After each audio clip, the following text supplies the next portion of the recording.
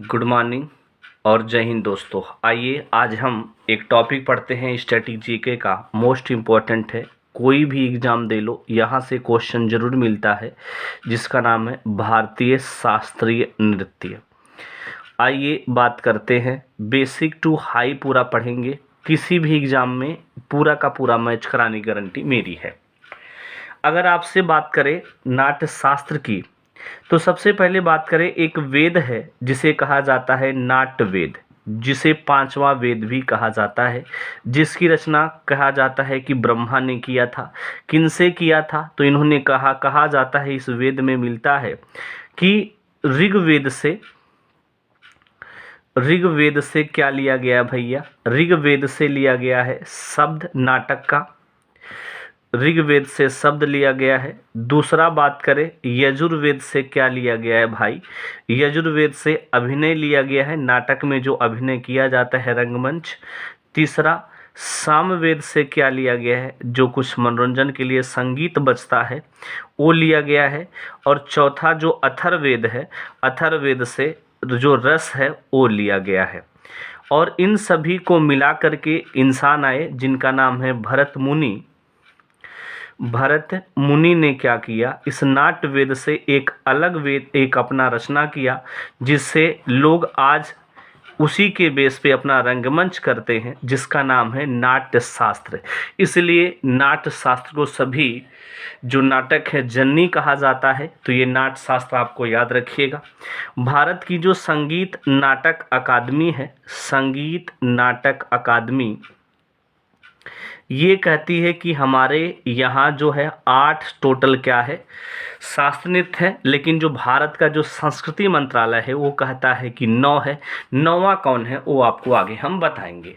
पहले हम 8 के बारे में चर्चा डीप में करेंगे, एक एक करके। जो पहले वीडियो में जितना कवर कर मिलेगा हो पाएगा, नहीं तो दूसरा वीडियो लेके आएंगे, वहाँ पूरा कवर हो जाएगा। तो सबसे पहला बात करेंगे हम भरतनाट्यम की। भरतनाट्यम नृत्य की बात करें तो ये सबसे पुराना क्या है? भरतनाट्यम या भारतनाट्यम ये सबसे प्राचीन नृत्य है। क्या है? सबसे प्राचीन नृत्य है। ये पॉइंट आपके इम्पोर्टेंट हो जाती है, आपके दिमाग में होनी चाहिए। और बात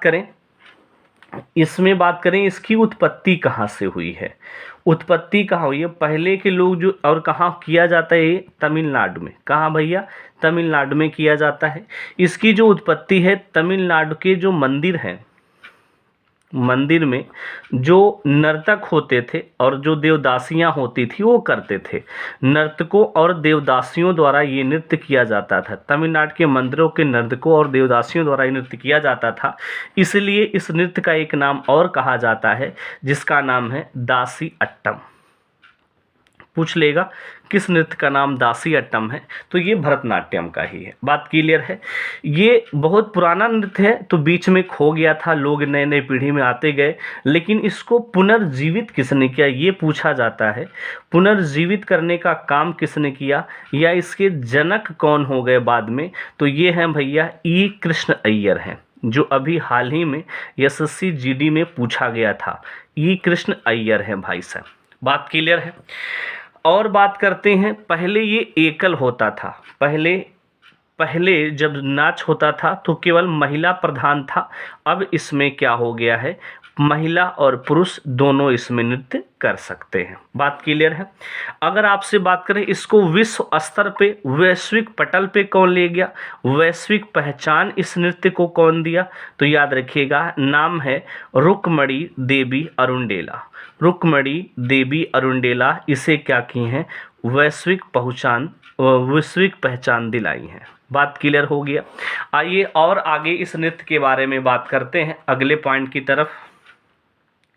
इसमें कुछ शब्द होते हैं जो आपसे पूछ ले रहे किस नृत्य के शब्द हैं, उसकी व्याख्या आपको जरूरी नहीं है, लेकिन इस शब्दों की व्याख्या किसने किया था, इस नृत्य के बारे में टोटल जानकारी किसने दी थी, तो उन्हें क्या कहा जाता है ये भी पूछा जाता है। तो उसे कहा जाता है तंजौर ये चतुष्पाद।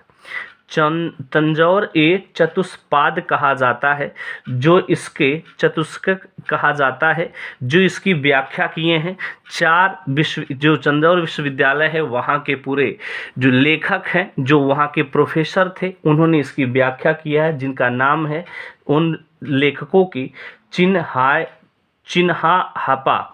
चिन्हापा। दूसरा नाम है भाई साहब पोनियहा, ये भाई नाम है, इसमें हम कुछ नहीं कर सकते। तीसरा है वादी वेलू और चौथा नाम आपको याद रखना है शिवनंदम। ये चार लोग थे जिन्होंने इस जो शब्दावली है इसकी व्याख्या किए हैं। कौन कौन से शब्द हैं ये पूछा जाता है। तो पहला शब्द है अलारी अप्पू। अलारी अप्पू ये आपके भरतनाट्यम से संबंधित है, इसका मतलब होता है ईश्वर का आशीर्वाद। दूसरा होता है जाति स्वरम, पूछ लिया जाएगा किस नृत्य का शब्द है। तीसरा हो जाएगा आपका वर्णम और चौथा हो जाएगा पदम।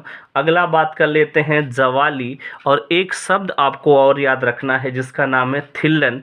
थिल्लन का मतलब अब की नाच गाना क्या होने वाला है, भरतनाट्यम समाप्त होने वाला है, ये समापन को बताता है। क्लियर है।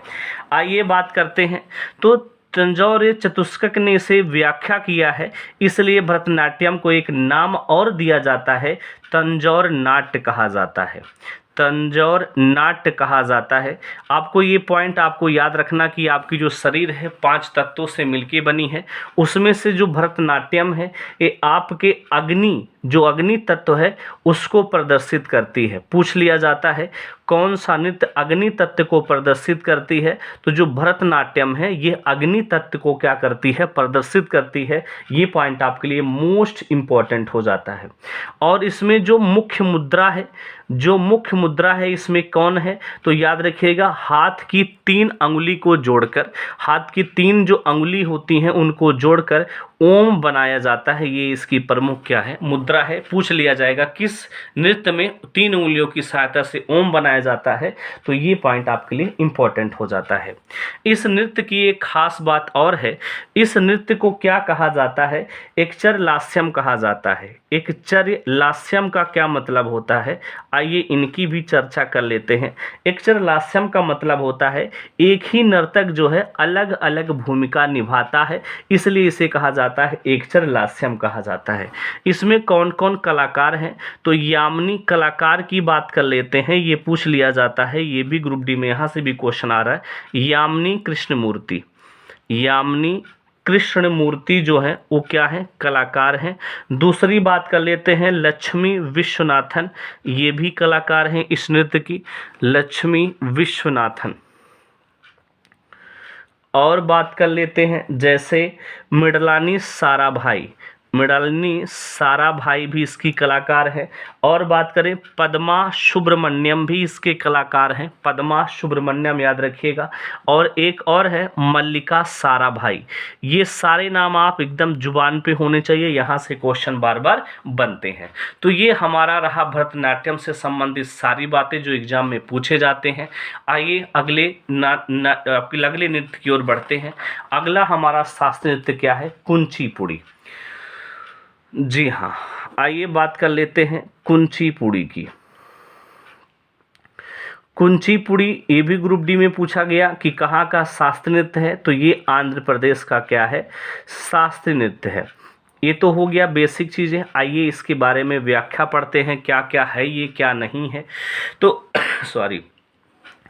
तो सबसे पहले बात करें, आंध्र प्रदेश का एक गांव है, उस गांव का नाम है कुचेलापुरम। पहले यहाँ के गांव के लोग जो थे ये गांव जाकर के एक इसी माने नृत्य करते थे, और बाद में वही गांव के लोग इस नृत्य को आगे बढ़ाए, जिन्हें सिंधेद्र योगी कहा जाता है, वो बहुत इसको आगे ले गए और बाद में ये विलुप्त हो गया। लेकिन इसका जो नाम था कुचेलापुरम, उसी गांव के नाम से इसका नाम रखा गया है कुंचिपुड़ी।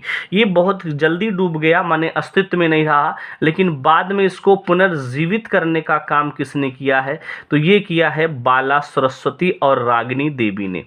बाला सरस्वती और रागिनी देवी ने इसे क्या किया है, पुनर्जीवित करने का काम किया है। और बात कर लेते हैं, इसमें इस नृत्य में श्रृंगार रस की बहुलता है। किसकी बहुलता है, ये भी पूछ लेता है कभी कभी। श्रृंगार रस की क्या है, बहुलता है। ठीक है, इसमें बहुत अच्छे अच्छे शब्द हैं, उस शब्द आपसे पूछा जाता है तो उस शब्द का नाम है मंडूक शब्दम। मतलब जो मेढक की चाल होती है उसके कहानी का नृत्य किया जाता है। यहाँ काल कलौती खेला जाता है गांव देहात में, जी कही जाला। मंडूक शब्दम एक हो जाता है, ये भी यहाँ का शब्द है। तरगम, तरगम भी एक यहाँ का शब्द है। तरगम का मतलब ये होता है पीतल की एक तस्तरी होगी। पीतल की क्या होती है, अलग अलग इसके नृत्य की विधाएं हैं। पीतल की एक तस्तरी होती है, जो पीतल का तस्तरी होता है उसके जो किनारा होता है उस पर पैर रख करके और सर पर चाहे जल का पात्र रखा हो या दीपक से सजा हुआ पात्र हो, उसको एकदम उसको अच्छे से बैठा करके नृत्य किया जाता है, गिरने ना पाए। बात समझ में आया, उसे कहते हैं तरगम। तीसरा यहाँ विधा बता देते हैं, जल चित्रम।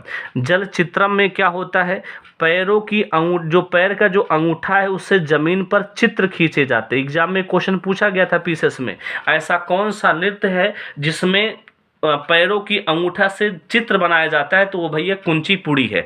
बात क्लियर हो गया। आइए और बात करते हैं, इसका किस भाषा में गायन होता है, तेलुगु भाषा में। किस भाषा में भाई, तेलुगु भाषा में इसका क्या होता है, गायन होता है।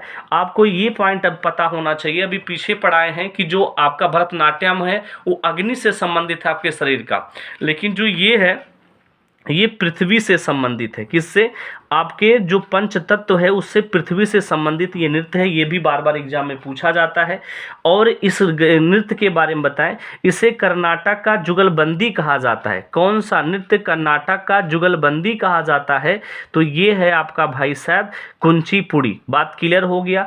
और बात करें, इसमें जो वायलिन है, वायलिन और मृदंग, ये दो मेन क्या हैं, यंत्र हैं, वाद्य यंत्र हैं, इंपॉर्टेंट है, वायलिन और मृदंग। और बात करें तो इसमें कलाकार कौन कौन आते हैं, तो इसमें जो कलाकार हैं भाई साहब, राधा रेड्डी,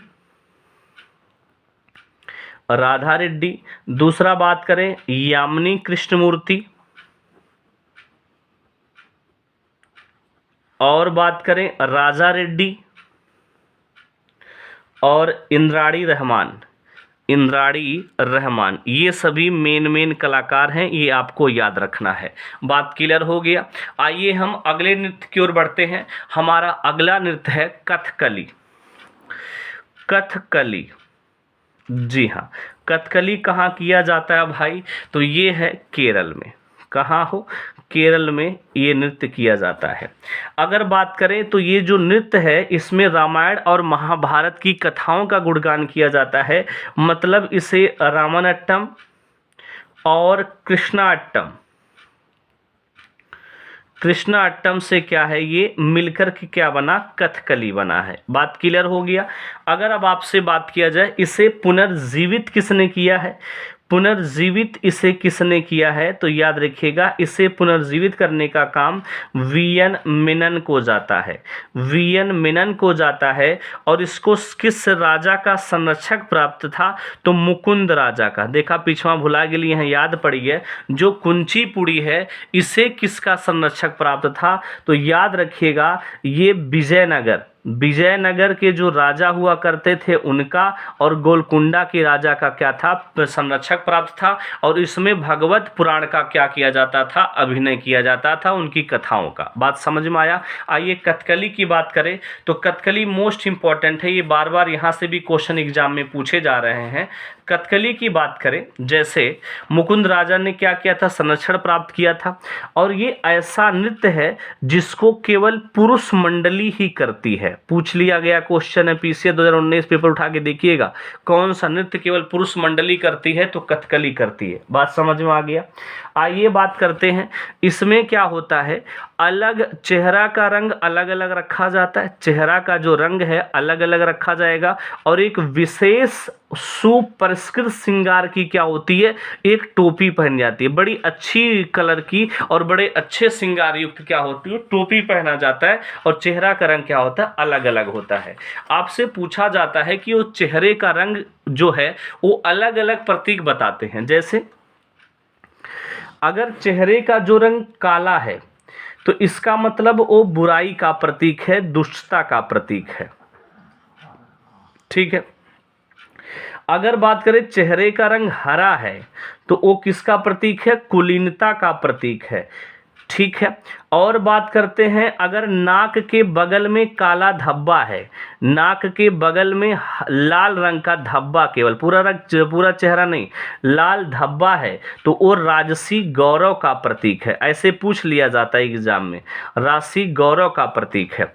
और बात कर लेते हैं अगर पीला है तो वो संतों और स्त्रियों का प्रतीक है, संतों एंड स्त्रियों का क्या है, प्रतीक है। और बात कर लेते हैं अगर पूरा लाल ही हो तो क्या हो जाएगा, वो बुराई का प्रतीक है भाई साहब, पूरा लाल।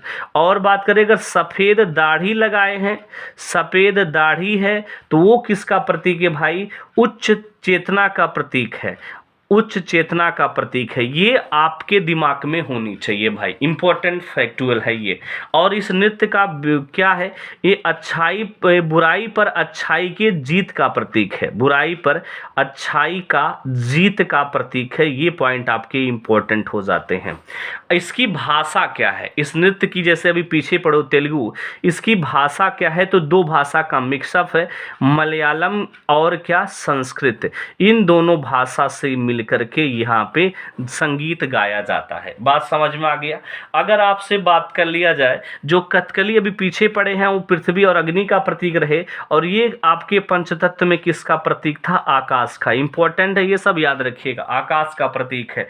अगर आपसे बात करें यहाँ पे जो कलाकार कौन कौन है तो कलाकार में आ जाएंगे भाई गुरु कुरूप आ जाएंगे। कलाकार की बात कर लेते हैं, गुरु कुचुकुरूप, ये कलाकार हो गए। और बात करें गोपीनाथ, ये भी कलाकार हैं। और बात करें इसमें शिव रमण, ये भी कलाकार हैं। और बात करें रीता गांगुली, ये भी कलाकार हैं। वीडियो ज़्यादा लंबी हो जा रही है इसलिए आपको ये 3 नृत्य यहाँ पे पढ़ा दिए, बाकी जो बचे हैं 5 और टोटल वो अगले वीडियो में आपको हम कवर अप करके दे देंगे। तो अगर वीडियो पसंद आए तो फिर लाइक शेयर सब्सक्राइब कीजिएगा। थैंक यू, धन्यवाद दोस्तों।